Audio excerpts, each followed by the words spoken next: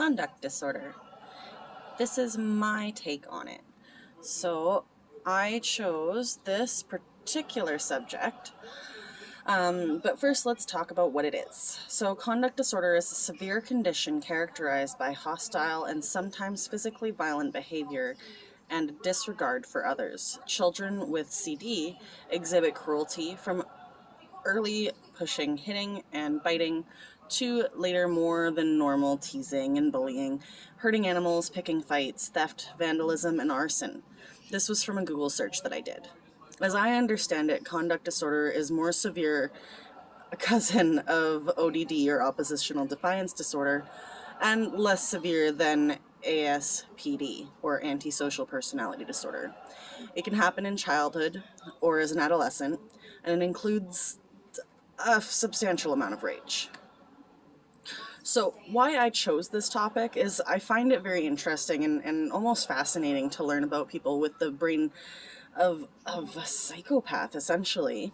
I didn't know much about it before joining this course. It's rare, it's hard to diagnose, and right now the statistic is that it's affecting anywhere between 2 and 16% of youth, mostly boys, and the reason for the large gap in percentages is simply because it's very hard to diagnose, and people with this disorder often don't seek help. So the signs and symptoms are incredibly long, and there is videos at the end that do include like voiceovers of them. So as you can see, there's a few pages. Oh yeah. So with all of that being there, again, it's incredibly difficult to become diagnosed with something as severe as conduct disorder. So that signs and symptoms was copied and pasted, and I have made sure to put in the sources there as well.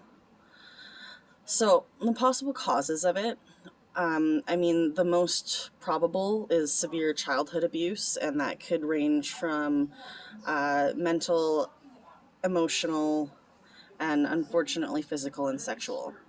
Poverty as well is a high contender, along with genetic causes. For instance, if someone's parent, mother, father has been diagnosed with conduct disorder or even ADHD, they have a higher chance of developing that as a child. One of the statistics one of the possible causes I found interesting was city raised.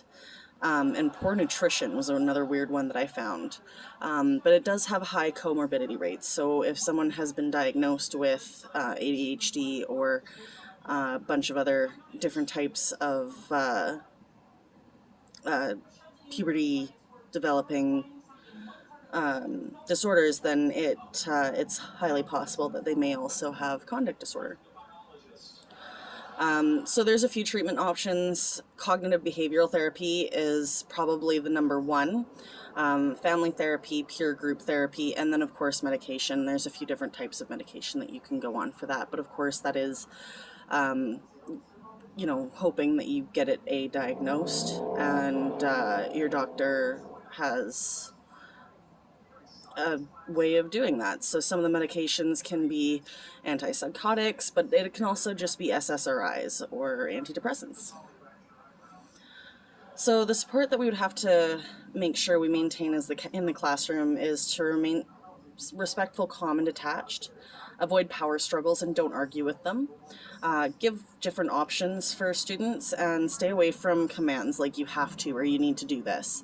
Avoid escalating prompts like shouting, nagging, cornering students it shouldn't be happening anyways, but these are the ways that they can be supported.